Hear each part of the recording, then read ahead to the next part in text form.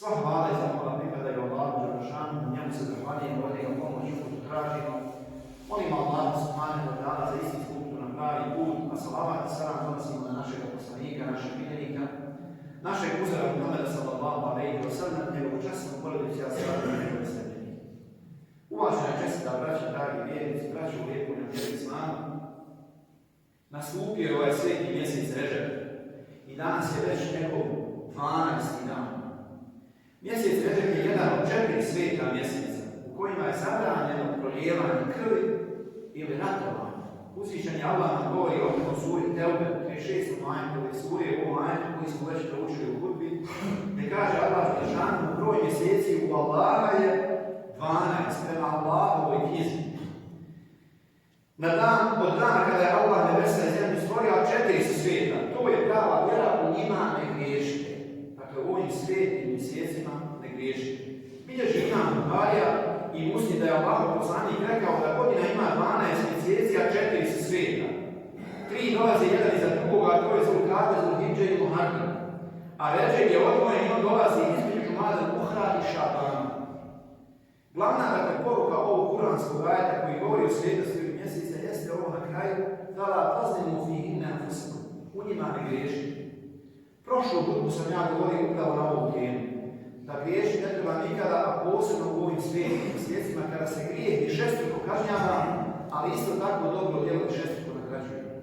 Pa je to poziv vjernicima da u ovom svetom mjesecu i ostalim svetim mjesecima pripazi na svoje ponašanje i grijeh i da čini što više dobrih djela. Danas, braćo, također želim da skrenem pažnju na našu stalnu obavezu i borbu protiv grijeha i naše stalno zalaganje za dobro. Mi smo kao vjernici, kao muslimani, vjernici u Allaha, najpozvaniji da to činimo, da sprečavamo zlo i da se zalažemo da se što više čini dobro. Čovjek je kolektivno braćo biće, koje je, predodređeno strane Allaha Đelešanu da živi u zajednici. Naravno, svi to znamo, nikakva to nije novina. Međutim, ono što nam je možda očito nije sasvim jasno jeste da kolektiv ili da zajednica džemat ima svoja pravila koja treba naravno stalno isticati kako prilikom osnivanja džemata zajednice, tako u toku njegovog razvoja. Ali naravno i drža se tih pravila kako bi se zajednica džemat ili naravno društvo jačalo.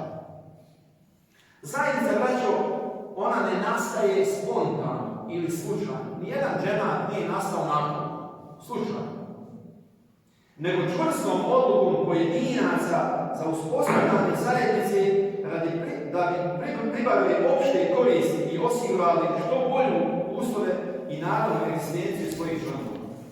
Da bi zajednica ili džemat, braćo, bila funkcionalna i da bi bila spokoj za svoje članove, svaki pojedinac, član, dužan je da brine o stanju svoje zajednice, svog džemata, društva uopšte.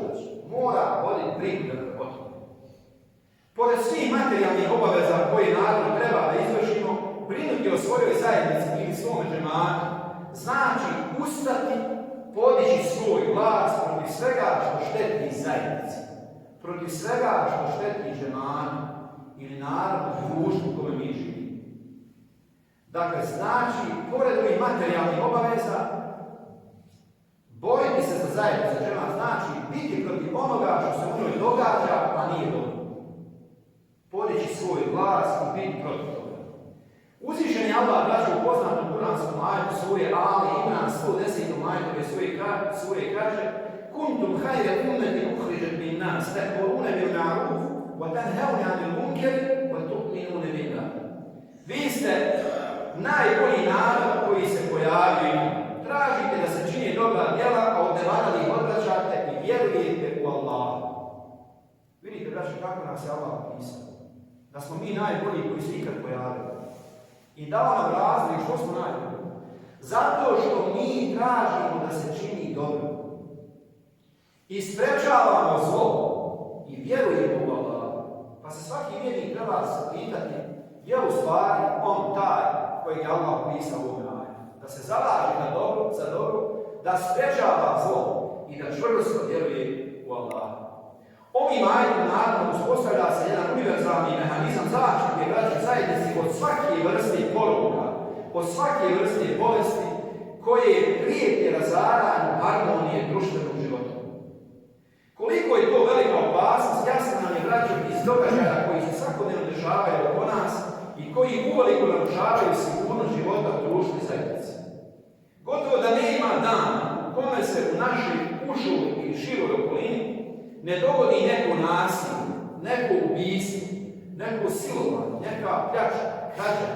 To su, braćo, uz to srcu negativne pojave i sve su češće. I one u jednom normalnom, svjesnom čovjeku prouzrokuju nemir, neku zednju i strahu. Kad svaki dan čuješ samo nešto loše, tamo odveli, tamo ukrali, tamo prevarili, tamo se poubijali, tamo se nadrogirali, tamo se izvršilo samo ubijstvo, svaki dan neki imperav. Ovi osjećaji, braćo, samo nagovještavaju daleko veće probleme ukoliko ne počnemo uzimati aktivno učešće u kreiranju pozitivne, braćo, kolektivne klime u našoj zajednici. U ovome kontekstu poslanik sallallahu alejhi ve sellem kaže sljedeće. Bilježi Imam Tirmizi, braćo, prvo upečatljiv hadis. Božji poslanik kaže ovako: ili ćete tražiti da se čini dobro i od zla odvraćati, ili svakog momenta očekujte da vam Allah pošalje kaznu, pa ćete ga vi moliti i preklanjati, ali vam se on neće kazati. Ili ćete tražiti da se čini dobro i od zla odvraćati. Jer to obaveza vjernika, to je fars. Da svaki čovjek naređuje da se čini dobro, a da zlo sprečava. Ili ćete dakle to raditi, ili očekujte da vam Allah pošalje kaznu, pa ćete ga poslije kad vas to znači moliti, a Allah se neće kazati. U suri Al-Rum, 41. ajetu Allah Želešanu kaže da će sljedeći: ظهر الفساد في البر والبحر بما كسبت أيدي الناس ليذيقهم بعض الذي عملوا لعلهم يرجعون. Sadek Allahu azim. Vidite u pečatljivu kuranskog ajeta, gdje Allah kaže: nered se pojavio i na kopnu i na moru. Pojavio se nered. Zbog onoga što ljudi rade. Dakle, nije zbog onoga što životinje rade. Pojavio se nered na kopnu i na moru. Zbog onoga što ljudi rade. Allah hoće kada ga ispusti kaznu zbog onoga što radi, ne bi li se opametili. Dakle, ponekad Allah pošalje neku iskušenje, da mi isto da učemo pouku ibret, ne bi li se opametili. Mi smo svjedoci, braćo, velikog broja poplava, zemljotresa, vulkana, požara i raznih drugih prirodnih katastrofa. One su zbog grijeha koje ljudi rade. One su zbog grijeha koje ljudi rade. I kada Allah i pošalje neko iskušenje, ko što imam poslao nedavno poplave, to nije bila kazna. Da je kazna Allah bi se uništila. Nego iskušenje. Dakle, neka vrsta opomene iz koje treba da uzmemo ibret, pouku. Da se desila poplava u brdima. Inače se poplava dešava u brdicama. Ovaj put se desila u brdinama, u brdima. U krajima koji nisu už brdice. A u nas je bilo daleko od vode, meni pad voda, meni poplava ne može ništa, ja nisam blizu vode. Nama ne može tsunami ništa, nismo nama. Eto vidiš da može. Kad Allah hoće sve može. I Allah to pošalje kao jednu vrstu opomene, ne bi li se ljudi vratili Allahu i njegovu vjeru. Ali radi Allah nam kaže, braćo, svaka nesreća dolazi zbog grijeha, a podiže se samo te opet pokajanje. Svaka nesreća, musibe, ono što nije za ljude dobro, dolazi zbog grijeha koje ljudi čini. I to se može od ljudi dogoditi samo ako se pokaju Allahu i vrati se u okrilju vjeru. Svi smo mi, dakle, pojedinačno manje ili više odgovorni za stanje u našem društvu, u našoj zajednici ili u našem džematu. Najvažnije za sve nas jeste, braćo, da dobro razmislimo šta svako od nas može da uradi, da prenese, da se stanje u svom džematu, u svojoj zajednici i u društvu u kome živimo popravi nama. Ne trebamo se mi puno zamarati globalnom stanju u svijetu. Jer često čovjek dođe šeta i kaže, ili sad dok ja govorim, neko će pomisliti, moj Fedjer, šta ja mogu tamo, šta radi? Šta ja mogu doprinijeti tome što je rat u Ukrajini, što se ratuje, što te vele sile i ti veliki radi. Dobro, mi ne možemo ništa tu. I ne treba se dakle time zamariti, nego se spustiti na nivo gdje možeš da nešto učiniš. To se od tebe traži, a ne da promijeniš globalno stanje. Dakle, mi možemo učiniti to da sebe promijenimo i svoje vlastito dijete, svoju porodicu. Bilo užu porodicu ili širu porodicu, pametno.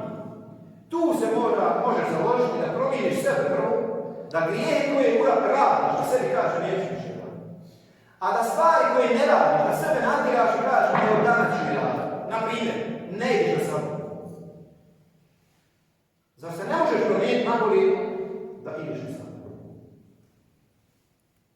Kaže poslanik, ko klanjaš u džematu jaciju kao da je pola noći ibadet. Ako klanjaš sabah u džematu kao da je drugu polovicu ibadet. Ili ko klanja sabah u džematu, a onda zikri do izlaska sunca i klanja 2 rekata duha namaza, ima nagradu hadža ima. I poslanik je to ponovio 3 puta. Ima seba kao da obave hadžu. I šta fali ako klanjamo sabah u pola 7 i treba nam 15-20 minuta dok ga klanjamo i ostavi nam 10 minuta do izlaska sunca. 10 minuta zikriš kad iziđe sunce i klanjaš 2 rekata, eto ti se vapa ko hadžu. Poslanik govori o tome da čovjeka koji to radi redovno neće dotaknuti džehennemska vatra. Jeste, onaj svaki je kad spava. Tu se možemo jako promijeniti. Da sebe promijeniš, vidiš na sabah. Ako nisi išao. Da vlastito dijete budiš na sabah. Jer nam Allah u Kur'anu kaže da ih pozivamo na to, da ih popravljamo i da u tome ustrajemo. Ili ima kuranski ajet, Allah kaže وَأْمُرْ أَهْلَكَ بِالصَّلَاةِ naređuj djeci namaz وَاسْتَمِرْ عَلَيْهَا i ustraj u tome, nemoj da se umori jer kaže ja sam njega budio, neće, šta ću ja? Allah kaže ustraj u tome. Tu se mi trebamo promijeniti, da uradimo što je do nas. Da vlastitom djetetu, ženi, sebi, sinu zabraniš ono što ne radi, ako već radi. I da ih natjeraš da radi ono što ne rade treba. Kad to budemo raditi, kad sebe popravimo svoju porodicu, onda će imati više pojedinaca i porodica koje se popravili tako se mijenja stanje u džematu, u zajednici i društvu koju mi živimo.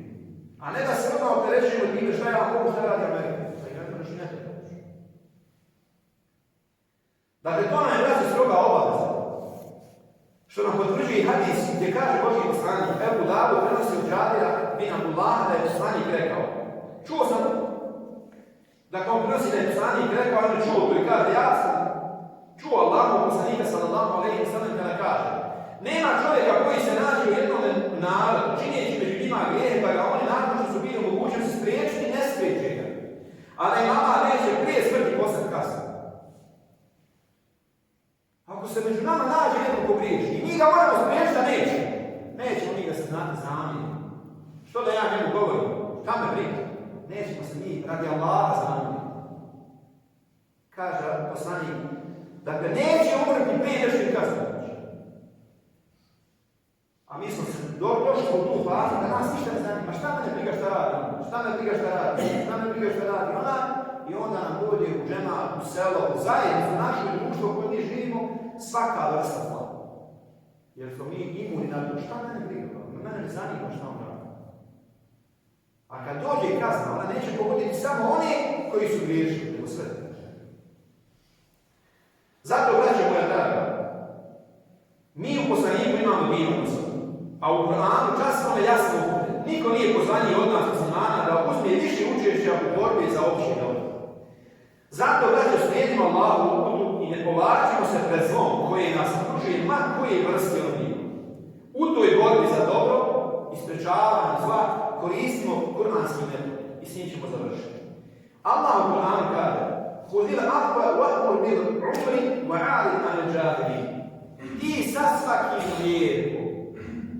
svakim lijepom traži da se čini dobra djela, a neznalica se kloni. Sura Al-A'raf 199. Dakle, sa svakim lijepom i traži da se čini dobro.